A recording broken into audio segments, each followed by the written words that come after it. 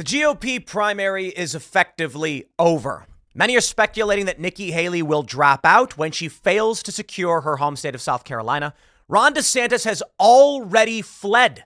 He's abandoned New Hampshire, hoping to try and muster up some kind of win in South Carolina. But the Never Back Down super PAC that was supporting Ron DeSantis is laying people off. Now we have this report from Politico. The GOP is already clashing over Trump's VP pick. While Trump tries to sew up the nomination, his camp is already feuding about his future running mate and hoping it isn't Nikki Haley. That's it. The primary now is a joke. There's no point in having one. There was never a point in having one. And, I am a little reluctant to make the claim Trump has already won because you don't know what's going to happen.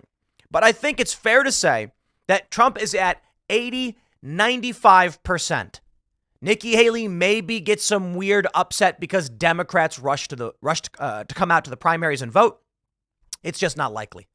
Right now, with the way Nikki Haley is polling, even with a surge of Democrat cross voters trying to sabotage the machine, she can't win. And boy, is the news coming out of the DeSantis campaign absolutely sad. Talk about political suicide, career ending.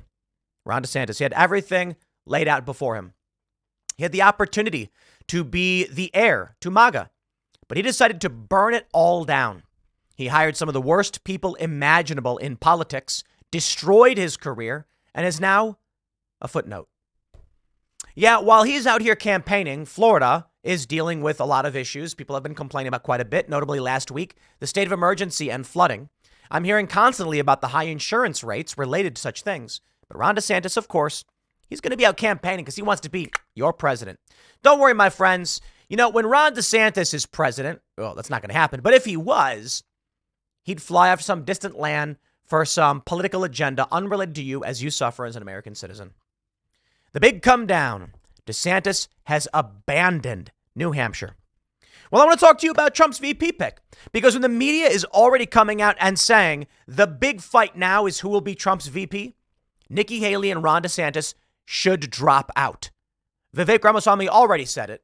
The writing on the wall is clear. There is no reason for any of these people to be running. But let's do this.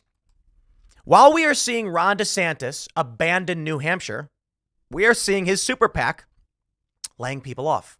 These are the people who are running the war room, posting all the silly memes and the AI garbage. And we're gonna rip into this and talk about why Trump is winning, what could happen this year.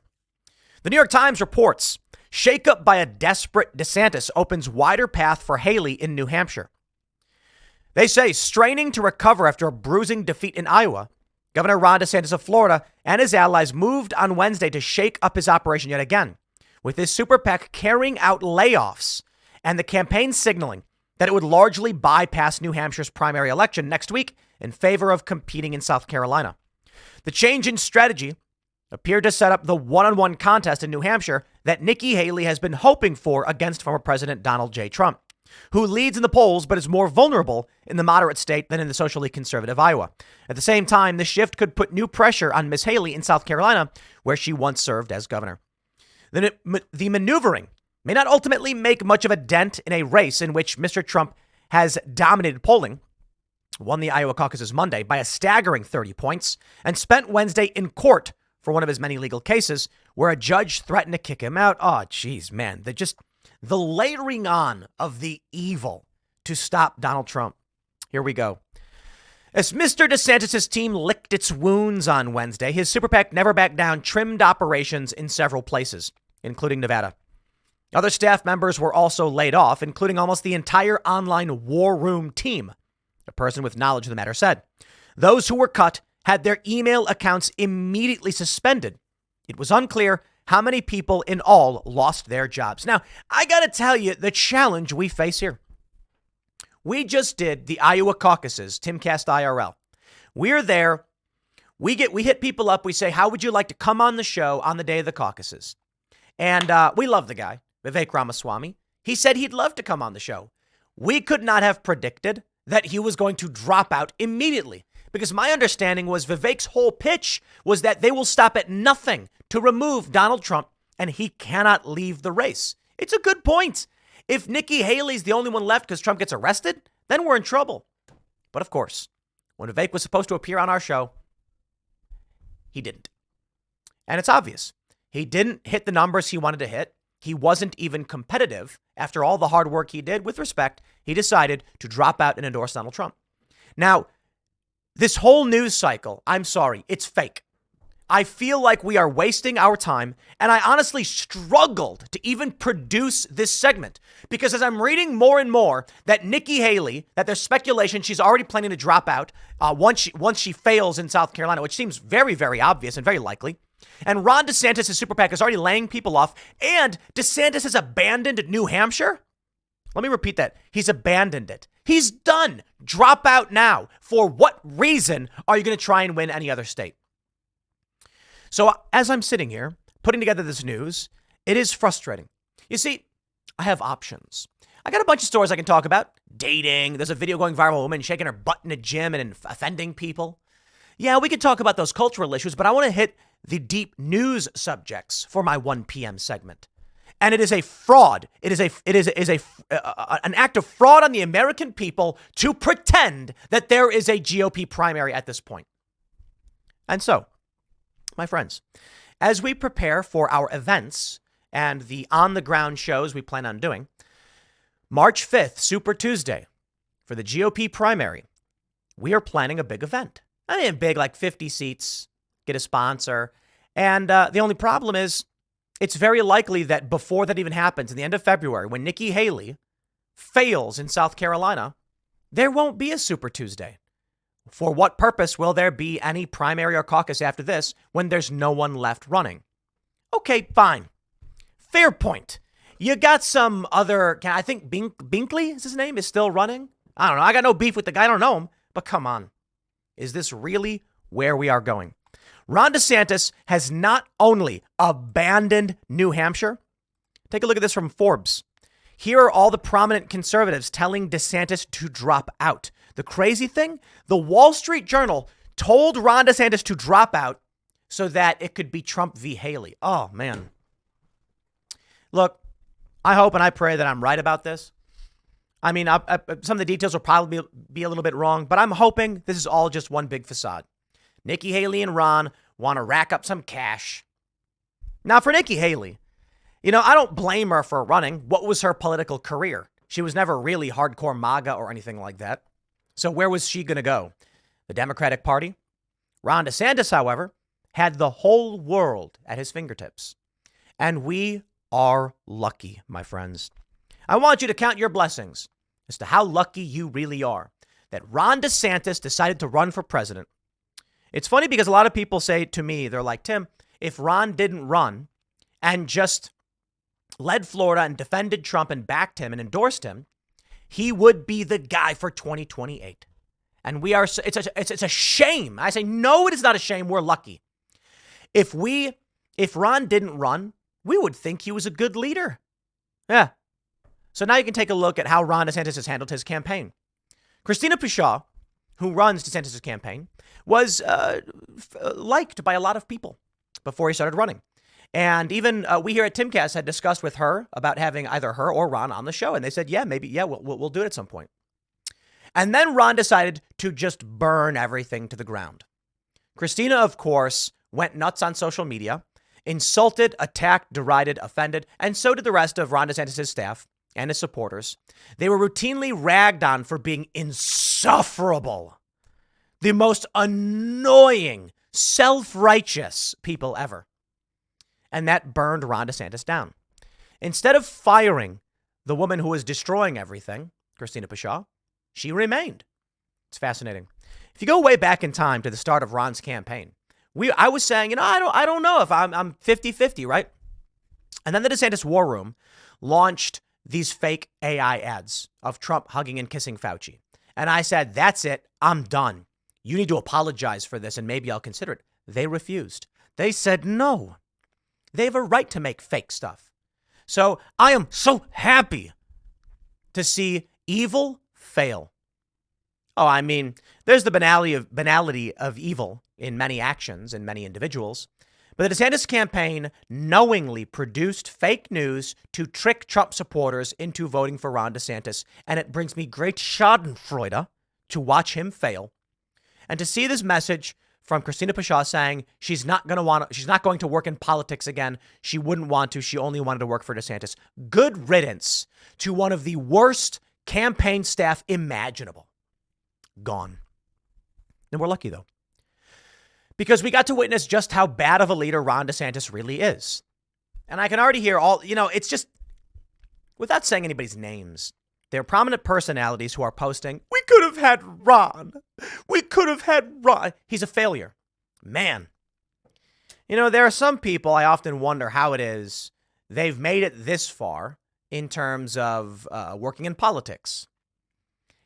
How did you think what Ron DeSantis was doing with his campaign was good in any way, popular, and going to generate positive attention or press or lead to his success? It's really fascinating. You see, my friends, I pride myself on being able to see far enough ahead to make the appropriate, adequate moves by which I can succeed. That means I'm wrong a lot. I fall into a lot of pit traps, but less so than others trying to run businesses. There are some times where I'm wrong and I have to issue corrections. I issued a couple corrections just last week. It's been rough. And it happens. It happens. But looking at what was going on with the DeSantis campaign and its failures, almost immediately when I see that they're attacking Trump supporters, I'm like, this guy's burning himself to the ground. Producing fake images of Trump was a moral line they crossed, and they didn't care. And I said, no campaign lacking competence is going to be able to defeat Donald Trump. I don't even understand how someone could consider that to be a reality. Donald Trump is such a massive presence. He walks in the room and you feel like a magnetic force is blowing you away.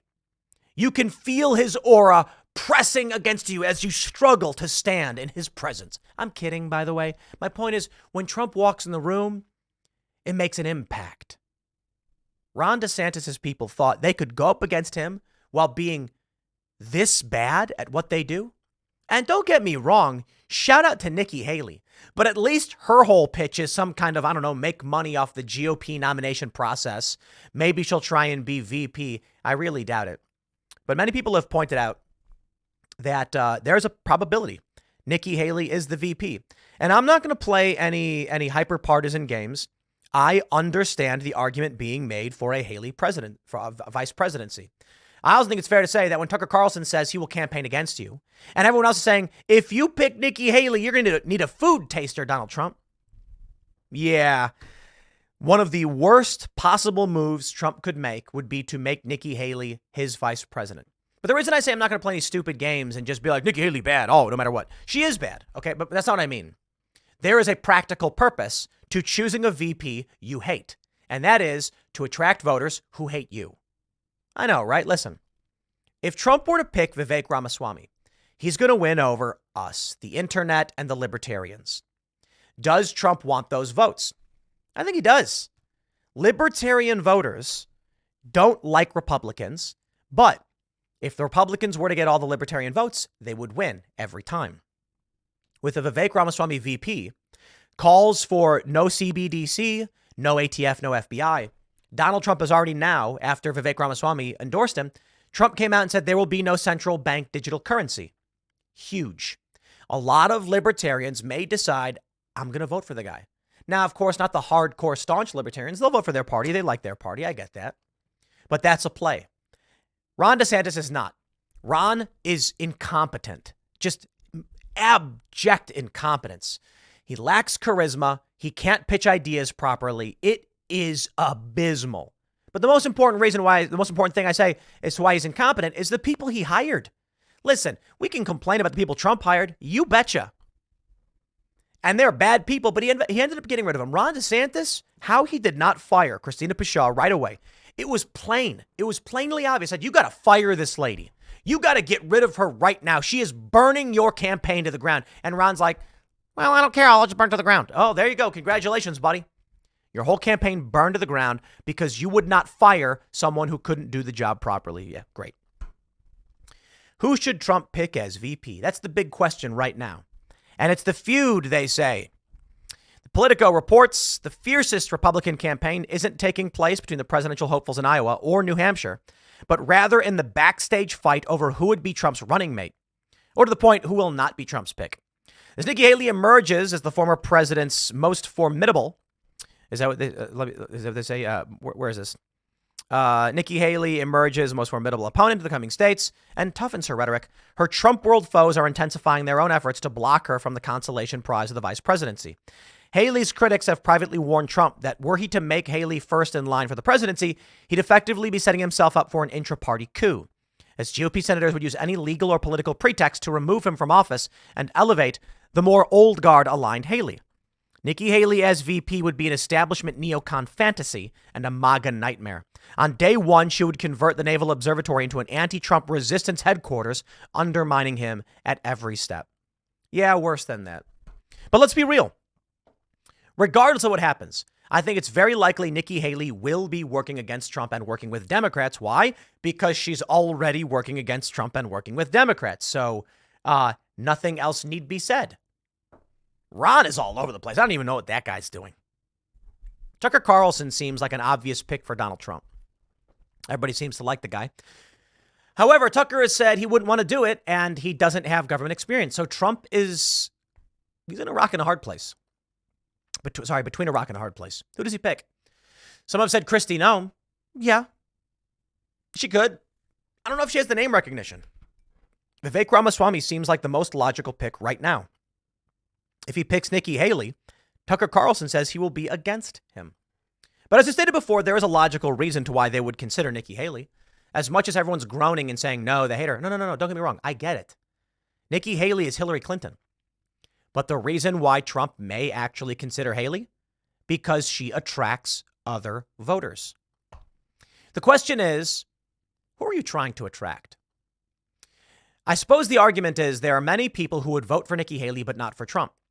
And so Donald Trump is hoping that by choosing Haley, I'm not saying he is going to choose her, but many politicos are hoping that if Trump were to choose her, she would bring to the fold moderate Democrat types who would say, well, at least Nikki's there. I trust her.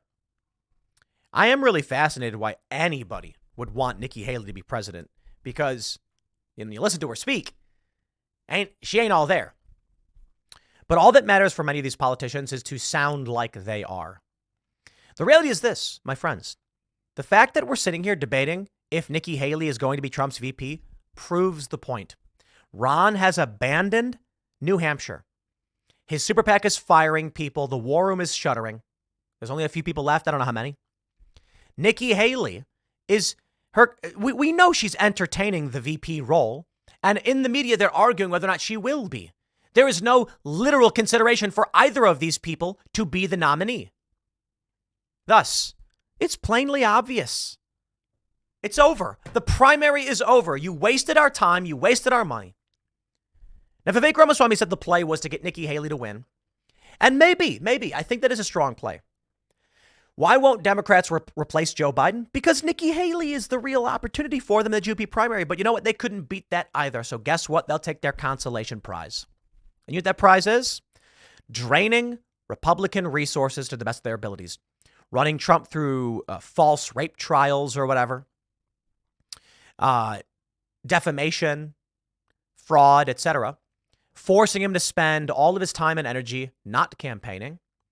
And then make Republicans donate all their money to a waste of time nonsense. Okay, so what do we do? Well, my friends, we've got people reaching out saying we're really excited for the opportunity to be involved in your March 5th Super Tuesday event. And I'm looking forward to putting on a large March 5th Super Tuesday event. It's going to be in Martinsburg, West Virginia, most likely. Don't know for sure. But maybe in our building. It should be a private event. It'll likely be members only, but we'll still sell tickets. We just got to be a member to buy the tickets because it's a private space. And I don't know what's going to happen. But the problem is we need months to plan these things. And I think any sane person at this point would realize there's no primary. There never was. It was a waste of time and money. So perhaps then our March 5th event will actually just be a live show hangout on a Tuesday. Okay, I guess. What Nikki Haley does after this, I don't know. Sky News Australia wrote that she's going to gracefully drop out to avoid losing in South Carolina. This would indicate that Nikki Haley will drop out before Ron DeSantis. She's going to get obliterated in New Hampshire. We presume, hey, you never know. Look, Democrats could show up in force and give Nikki Haley the win. But based on the polls, considering the polls tracked Iowa perfectly, we're likely going to see the same thing in New Hampshire. Trump will win. New Hampshire doesn't have that much to offer as it is in terms of delegates. And then why would Nikki Haley go to South Carolina and have her reputation destroyed in her home state? Think about how bad it's going to be. The 538 polling for South Carolina, man, I don't think I have. I don't have it pulled up here. I have the general polls, but Trump's winning. It's like 50%. He's winning. He's beating her by like 40 points. She's going to need to drop out before losing to Trump in that state where she calls home, because it's going to be it's already bad. The fact that so many people don't want to vote for her in her own state. Yikes. Ron's got a similar problem. I'm very interested to see if he makes it far enough to get to the point where they actually have the Florida primary, which is let's see. Let me pull this up. NBC primary schedule, because I think Florida is Florida Super Tuesday? Seems like maybe not. Let's see. Florida is Florida Super Tuesday? It is not. It is not Super Tuesday. So let's Florida is going to be on the 19th of, what month is this? Of March? Okay, yeah, the 19th of March is Florida's primary. I don't see Ron DeSantis making it that far. How embarrassing would it be for Ron to lose Florida to Donald Trump? And he will. There's no question. He will. Absolutely. So for what purposes are any of these people wasting our time? All right, well, we're planning our Super Tuesday event. Get ready for it. It's going to be up members only at some point, maybe within like a few weeks. So there'll be tickets for sale, but it's not going to be open to the public. It's going to be a private members only thing. And it likely will not even be a Super Tuesday event. But it'll be funny because we're going to call it a Super Tuesday event. And then when it comes around and Trump's the actual nominee, we'll just call it like a Trump is the nominee already party or something. Sure. I'll leave it there. Next segment's coming up at 4 p.m. on this channel. Thanks for hanging out, and I'll see you all then.